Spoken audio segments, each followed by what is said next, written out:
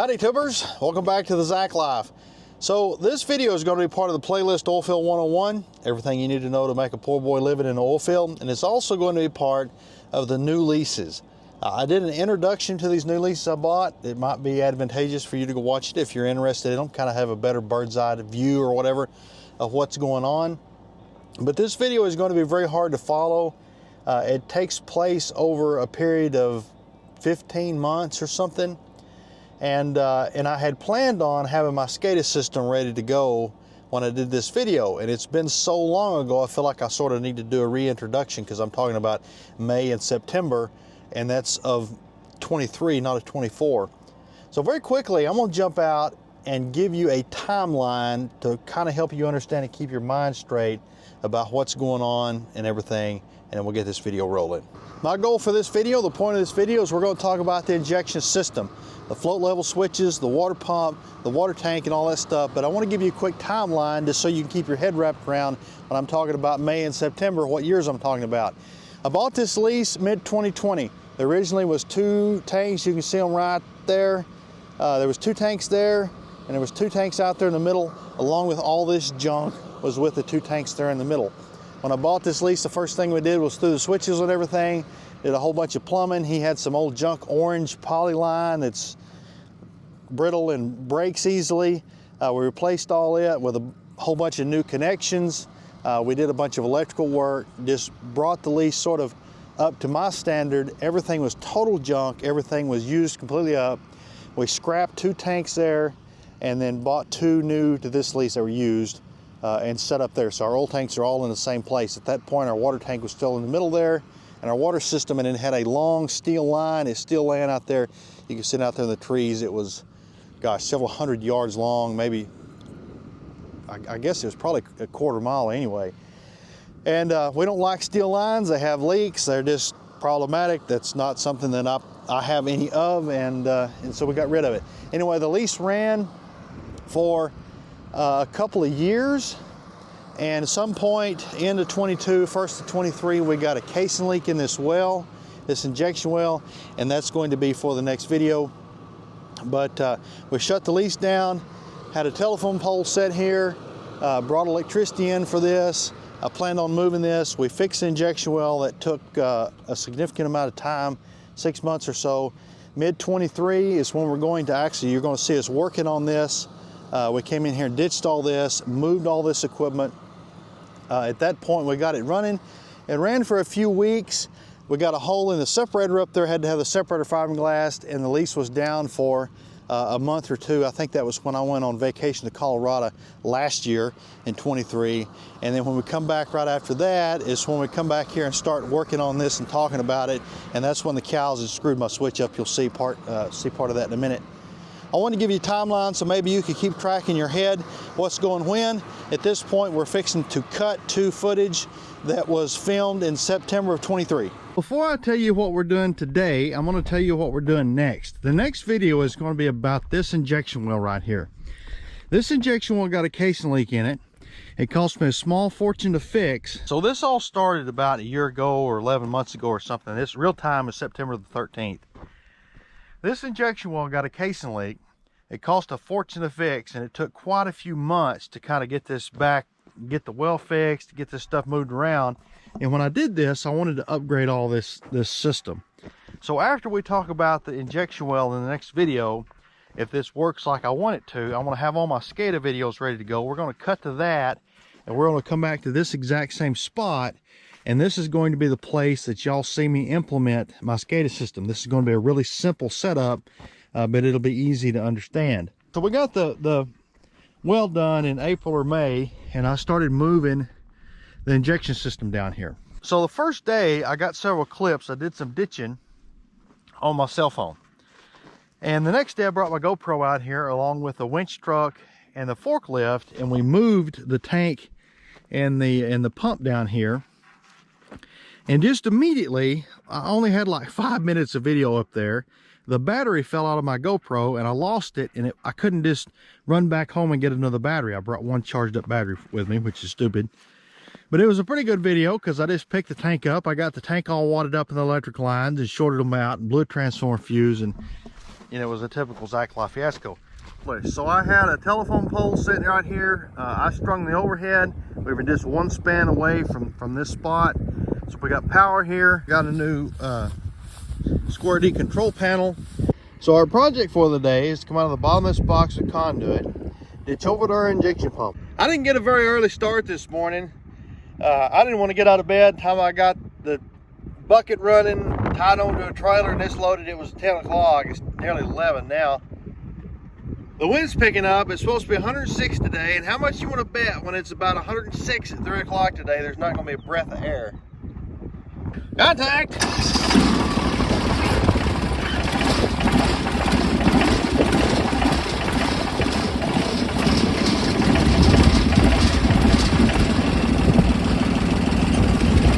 I'm going to take y'all for this ride, because it's a ride sometimes.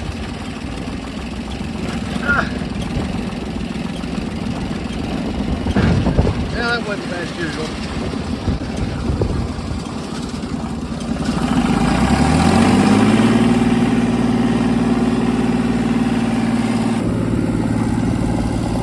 That's the only way to ride a ditch witch, is not to. Boy, that's some nice cut dirt right there, boys. I have a tripod I can't set you up on, but I'm going to pull 2 strands of this. This is 14.3 UF, and 1 strand of this. This is 10.3 UF. And 1 strand of this is Dreckberry Cat 5 or 6 or whatever the heck they call it nowadays. All right, got the wires thrown in the ditch. So I'm gonna get on the ditcher and get all this wire buried up, and then I'm gonna load the ditcher up. I gotta take it across the road. So very briefly, we've got a pump here. This is a 3364 gas hoe. The water pump we overhauled is basically, this is its big brother. You know, this is not a huge pump. But it's a 3-inch stroke instead of 2-inch stroke. I think it's got a 10-horse motor on it, but a basic pump, you know, nothing complicated here. Got a suction out of the tank, and then the discharge goes to well. It's pretty straightforward. We've got a poly line coming in the bottom here, and this moisture you see around here, we just got some rain. We got a poly line comes in the bottom. This goes back, snakes back around that way. I lost it where we were. And it comes out the bottom of the separator. The separator pushes the water over here and into the tank. Now this $850 switch is brand new. You're thinking that thing looks kind of rough to be something brand new. Well, there's a story goes with that. We're going to get to it in just a second. But this is a water column switch. It has got 3 wires that come to it. And this is basically a pressure gauge that reads in feet of water. And this needle is electrically connected to a common wire here, and these wires go back to the control panel, and then you've got two other wires that are connected to these, and when this is shut, you can control when this touches the needle, and so you've got an on and an off, where it switches on and switches off. Another quick disclaimer: if you're not an electrician and don't understand this, please don't get hurt. So here's a control panel. This is a new square D control panel. This is my preferred type of control panel. We got 480 coming in the top, set of fuses, contactor. This is an electronic overload. If something goes wrong and it overloads the motor or single phases, this thing will trip. Instead of blowing the fuses, saves you a few dollars. Anyway, we got a 480 to 120 transformer here. I got a plug I need to get a cover for. So this is a 120 volt ice cube relay.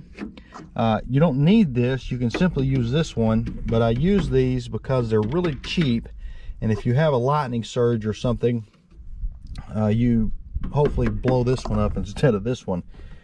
So this is the actual relay. That's, if this is turned to auto, this connects a circuit through the HOA switch to the contactor. So if you close this relay, it kicks the contactor in. This is a latching relay. These are kind of new to me. These top switches are kind of a new thing. It's got 2 coils in it, and it uses either one wire or the other touch the common to switch this on or off. And whichever state you leave it in, you know, you just touch on or touch off, it stays there. You don't have to continually power it. The voltage that actually powers this, that's going to that switch, is through this little wall wart. This 24 volt 500 milliamp wall wart. This is actually what powers the switch in the relay. But anyway, that's the basic setup here as far as the control system. When the water level gets up high enough to make that gauge come up and touch the on wire, this trips on and this turns this on, which turns this on, which turns the pump on. So these are sort of the old style switches. Now I left them laying here just to show you. I need to haul them off. But this would have been stuck to the side of the tank. It would have had a connection that came out there and went up the tank, and you can see where it was tied there at the top. And as the water fills up in the tank, it also fills up this what's called a water leg. And as it fills up, it comes up past here, it traps air in right here, and this pressure trips the switch. And so you've got an on, or excuse me, an off and an on switch, and then this one was for this light. I could see from the highway, if the light went off, it meant there was either a power problem or the water was too high. It was just a visual going by the, down the road. These are the old style way. They work really well, but this is sort of the old way of doing it. I really like this water column switches. So why does this switch look like it does? So for those of you that don't know, hadn't been around cattle, and even to some extent ranchers and farmers that haven't had equipment around cattle, cows are like big giant rats. They destroy everything. They chew everything, and they have this real bad tendency, I guess it's something to do with the way they eat, is they'll see a wire on the ground like this wire from my SCADA system or something, and they'll grab it in their teeth and they'll pull it. They'll try to rip it out of the ground like it's a piece of grass. And they just destroy everything. You've got to keep them out of everything. And so I mentioned a while ago, my separator got a hole in it up here, and we had to fiberglass it, sandblast it, fiberglass it, and plastic coat it. And the lease was down for about a month. And when I came back over here, this switch, they had grabbed a hold of this wire, and you can see the new plastic thing on the side is new, and broke it out of the side of that switch and twisted the switch around, and it was upside down, and it had rained and filled the switch up with water. I got to put that together, and then I'm going to get some T-posts and drive some T-posts and put cattle panels up. That's how you got to do it to keep them out of here. It just hadn't got it done yet. All right, I got this thing all put back together and cleaned out. I don't know if I said, but I think this was like $800. It's really expensive, and I hate for what has happened to it to have happened to it, but whatever. So these are the dials you set basically where it comes on and goes off. The outer thing here is feet, I believe. That's like 2 feet there, 5, 10. It's a 12-foot tank, so I probably want it to come on about 8 feet and go off about 4 feet. But we can go ahead and trigger this. I just want to show you how it works. If we turn this down till it touches the needle,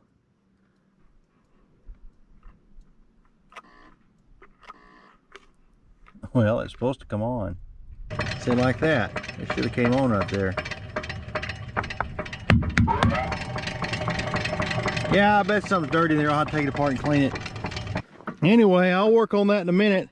I'm going to drive a few T-posts here and set up. I've got cattle panels that I use, and they work really well. I'm going to put a T-post and T-post and lay a cattle panel here, and then one over there longer that'll cover the belt, and that should keep the cows out of here. I've also got to get, so these pumps always, I say always, they don't always, but if you pack them and everything's great, they don't leak, but they'll often start dripping. You see about like this one is. And so what I do is take a 55-gallon drum or something, cut it in half, usually bury it, but this one's tall enough I think I can get away without doing that, is I'll lay a barrel in here to catch all the drips, catch the water drips in it, and then put a sump pump or a sewage pump, and it'll be hooked up to 120. There's a wire ran over here. It comes up out of the ground. It's basically just a long buried extension cord, and we'll plug it in, so as that barrel fills up, as this drips in the barrel, it'll pick that fluid up and put it back in the tank.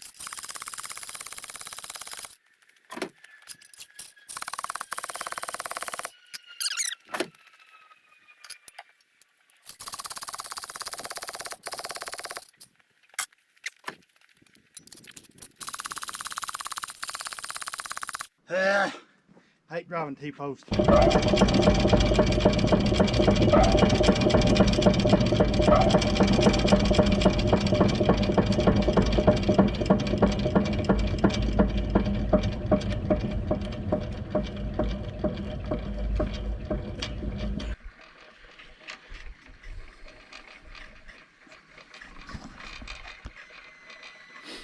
Can y'all hear the water going through that? We run this just enough that it loaded the well, and now the well's sucking water down it. You hear the water flowing down the well. It's getting after it. Y'all reckon this will ride? Looks good to me.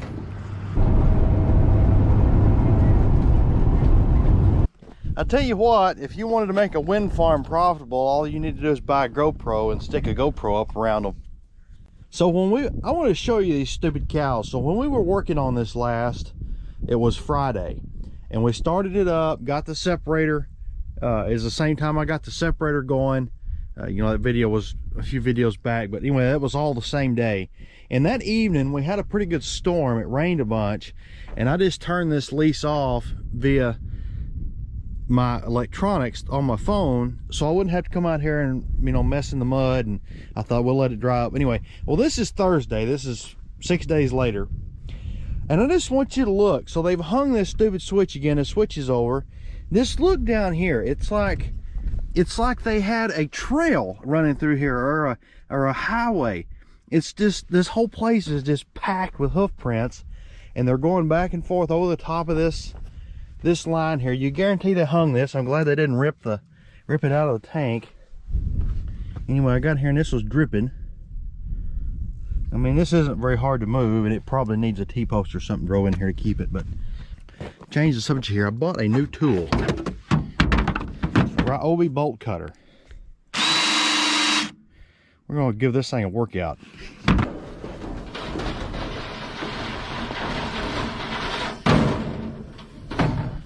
All right, let's see how this works.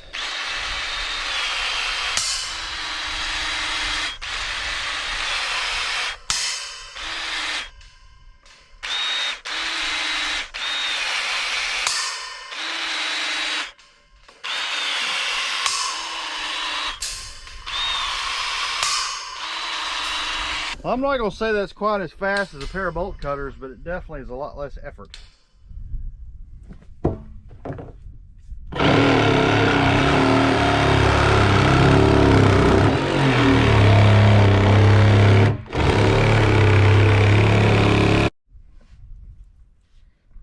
So I got my barrel under there. I had to cut just a little bit more off of it. It's going to need some dirt shovel under it. These are the pumps I'm using. These are about the cheapest half horsepower turd pumps that I think you can buy off Amazon. I have pretty good luck with these. I've had a bunch of different brands. They all seem to last about the same, the good ones and the cheap ones. And they work good. They're made to pump turds and tampons and everything else. And they work good out here in the, you know, the oily sludge that often kind of ends up down in those barrels. I don't need a full 2-inch flow. I've got this adapter rigged up back to 3/4 inch PVC, and I'll slip a 1-inch rubber hose over it. Had pretty good luck doing it this way. Okie dokie, smoky artichoke. I got that, I threw a bunch of dirt on that barrel and sort of got it leveled up there. Set the pump in it. I got a piece of 3/4 inch PVC with 290 stuck in that hole in the side of the tank there. That's not my favorite setup, but I think it'll be fine. And then a piece of 1-inch red hose coming over here.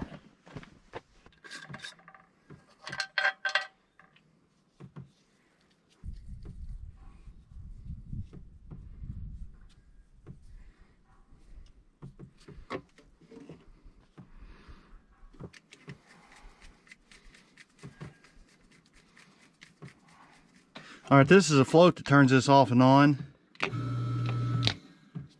Where it was mounted was too low. The barrel would run over before it turned it on.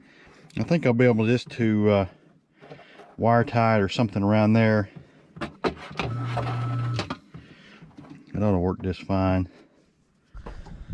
Well, I think I about got this project sewn up. I went back to town and got another little piece of cattle panel and made a little thing here where a calf or something wouldn't try to crawl in there.